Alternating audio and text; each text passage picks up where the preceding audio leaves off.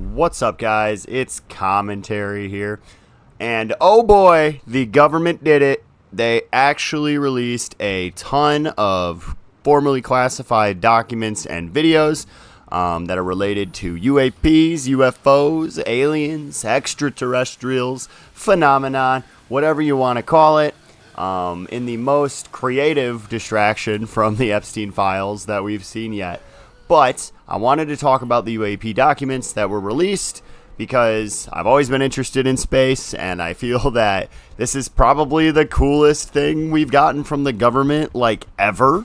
So this is a first-of-its-kind public data dump from the government that's meant to satisfy all of the public interest in the phenomenon that has been growing rapidly since probably the start of the Biden administration and then now well into Trump's second term. I'm happy to share with you all my initial thoughts and findings after having reviewed the website myself. I'm considering this video a part 1, as this is the initial drop from the government, and supposedly there will be more coming. So please stay tuned, as I intend to talk about this topic more as we learn more. Before we get into the actual documents provided on the Department of War website, I'd like to go over the timeline of this release as well as some of the key players involved and agencies. There's a lot of acronyms involved, a couple different agencies, so I think that this will just be a bit easier to digest if I define those first the best I can before getting into the actual phenomena. So the first key agency involved in this document release is, of course, the Department of War. The Department of War oversees the Pentagon and coordinates military operations for the United States around the world. The department is headed by the Secretary of War, Pete Hegseth. He was formerly a Fox News host that Trump appointed as his Secretary of Defense and then renamed himself to the Secretary of War to sound cool or something.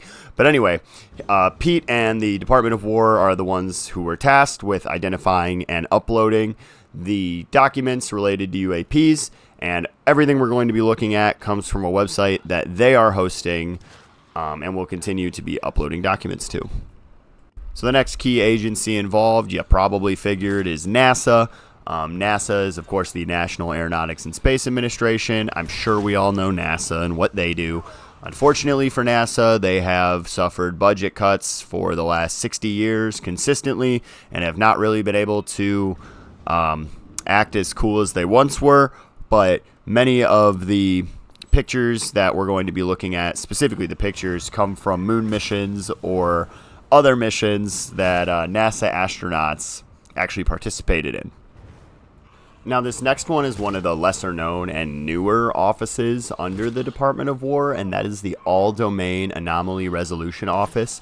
I'll be calling it AARO, that's its acronym for short, and it is an office that's responsible for investigations into the anomalies that are reported by the military or other agencies. You can think of this office as basically an official SCP foundation for the United States government. This office was formed in 2022 under the Biden administration in response to a lot of the UAP stuff taking off around that time, and they serve as the body specifically responsible for looking into those things. The phenomena that they investigate don't specifically have to be aerial. That's why they're the All-Domain Anomaly Resolution Office. But as it happens for this document dump and the things we're going to look at together today, they kind of do all happen to be aerial.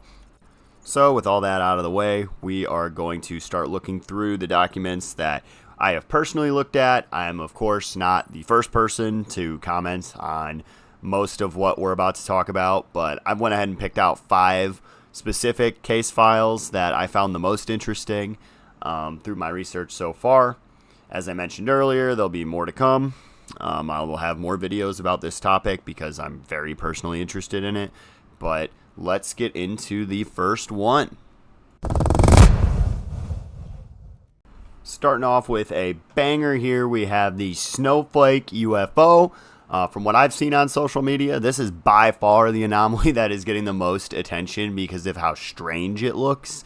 The video itself comes on behalf of United States Central Command submitting an incident report to AARO back in 2013. They actually did not provide like any context for this video, but we do know that it was taken by an infrared sensor aboard a U.S. military platform in an undisclosed location in the Middle East. As you can see, this object looks like a snowflake and is floating around in the middle of the sky. There's been comparisons made that I've seen between this anomaly and another that was reported a couple months ago out of Indonesia, which I'll throw on screen now. The main similarity is that the objects just kind of look similar, but there's debate over whether the image from Indonesia is AI generated or not. I'll leave a link in the description for the Reddit thread that I found about that, and let you kind of read and draw your own conclusion. So other claims I've seen is that this is, of course, a UFO, a spaceship, aliens floating around. I've also seen people claim that this is a biblical angel floating around that was caught on camera. But I think the most logical explanation that I've seen so far is that this is a flare attached to a parachute. You can see here that there is a smoke tail as well as what appears to be a visually apparent parachute in the video. And here's what a parachute flare looks like. Supposedly these things are common in military settings, though I'm not military, so I don't know if that's the case. I'm leaning towards the parachute flare, but let me know in the comments what you guys think this is. Alright, so the next one is a case file from a 1947 investigation by the Air Defense Command out of Tacoma, Washington. It details an incident where agents went and interviewed some people about an incident that took place. The incident was that there was a guy named Mr. Dahl, and he took his buddy's boat out for a little ride, I guess. And when he came back, the boat was damaged all over, missing pieces here and there, holes all over it.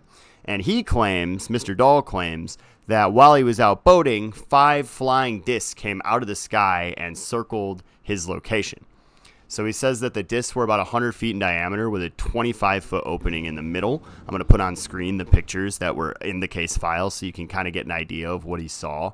Mr. Dahl claims that one of the discs was like tweaking out, and then another one bumped into it, which caused a bunch of debris to fall from the sky. Mr. Dahl claims that the debris fell all over the boat, knocking off the handrails, knocked off the boat horn, and just generally damaged the boat all over. And he also mentions that the debris killed his dog, which is kind of freaking crazy. But anyway, I mentioned it was his buddy's boat. His buddy was a guy named Mr. Krisman, who obviously was pissed and didn't believe this story at all. So he went to visit the site where Mr. Dahl said all this happened. Mr. Krisman claims that while he was there, he actually also saw a disc come out of the sky and fly right over him, and then he believed him. So Mr. Krisman was actually able to collect samples of the debris, which I'm going to put on screen for you now. The agents who investigated Mr. Krisman, they determined that he was actually a former pilot in the military and served specifically as a fighter pilot for 29 months. But then they decided that, I guess, he was unreliable and undesirable, ceased investigations, and also pulled him out of the reserves. So with this one, I mean, there's really only 2 ways to look at it. Either Krisman and Dahl were telling the truth and the Air Force covered it up because they knew something was going on, and, or Mr. Dahl just straight up damaged his buddy's boat and they were in cahoots to try to get that sweet insurance money. So either way, kind of sucks that Mr. Dahl's dog had to die for this, but I don't know what to think. This next one takes us up into space. It's an audio log from NASA's Gemini 7 mission back in 1965. This mission was the second in the Gemini program, and basically the purpose was to orbit Americans around Earth. It was a stepping stone towards the eventual moon landing in 1969. The audio here is astronaut Frank Borman talking to Houston about an object that he sees in space that he refers to as a bogey. So I guess bogey just basically meant UAP back then, from what I can gather. But I've seen discussion online that this audio has been released before and it was just included in this document dump because of how weird it is, but I still think it's really interesting. So here's part of the conversation. Gemini 7 here, you listen on your 8? Loud and clear. 7, go ahead. Have bogey at 10 o'clock high. This is Houston. Say again, 7? So we have a bogey at 10 o'clock high. Roger. Gemini 7, is that the booster or is that an actual sighting. Oh, what? Say again, 7. Okay, we have several, looks like the 3 up there, actual sighting. You have any more information, estimated distance or size? But we also have the booster in sight. Understand you also have the booster in sight, Roger. And we have very, very many, looks like hundreds of little particles going by to the left out about 3 to 4 miles.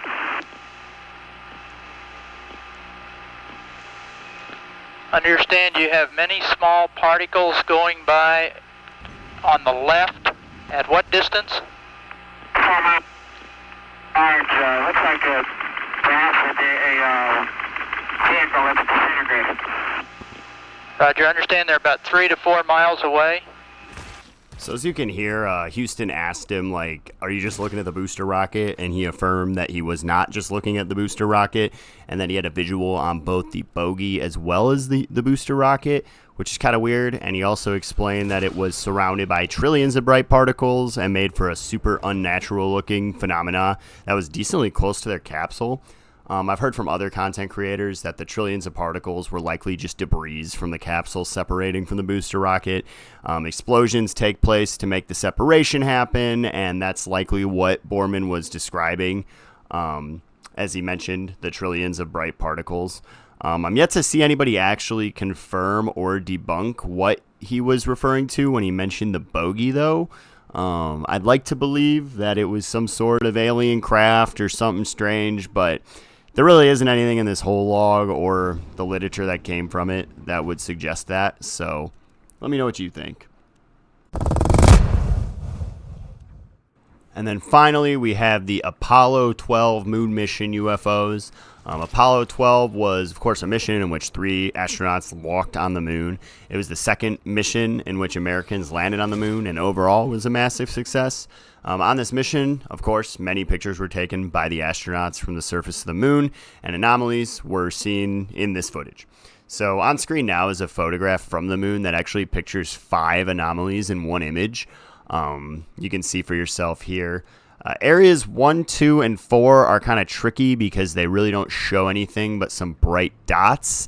They really could be anything from an alien spaceship to like maybe a high energy particle hitting the camera when the picture was taken. I think Area 3 looks like a traditional UAP that we've gotten pictures of from Earth, like the metallic spheres that we've heard about for years. And Area 5, I mean, that just straight up looks weird. That looks like an object of some sort to me, that's much closer to the astronauts than the rest. But much like everything we're talking about today, I mean, there's no further information about any of these except what we're seeing here. So here's another image from Apollo 12 that seems to show your traditional triangular UAP pictured above the surface of the moon. This one's a bit weird because we do see that the lights are multicolored, which at least suggests to me that they're coming from distinct sources. And the triangle UAPs are pretty popular in reports that we've seen in the news or in conspiracy videos in the past over the years. So this one just stuck out to me more than any of the others from Apollo 12. All right, so there you have it. Those were 4 incidents that I personally took a look at from the new Department of War UAP website. As I said earlier in the video, I intend to do more videos about these files as I read more into them and as more research is just generally made available about their contents. So far, there really hasn't been anything I've read that has made me personally believe that there's aliens and that they're here. But there are some incidents I didn't talk about here that mention bodies or inhabitants being recovered from down UAPs. I'd like to make a dedicated video about that topic after I've had some more time to read into them myself. The main conclusion that I've drawn so far is that we're getting all this now to distract from Epstein and distract from how bad the government is being right now. I mean, of course everybody wants to talk about aliens. I want to talk about aliens, but there's definitely more important conversations in the U.S. that we need to be having right now, and we're not having. Overall, I think it's really cool, though, that we get to see this, even if some of the documents were sort of already public. I love seeing the videos. I love seeing pictures, and I'm excited to learn more about whatever else is in this document drop and future document drops. So let me know what you think down below. Like the video if you like the video, dislike it if you dislike it, and I am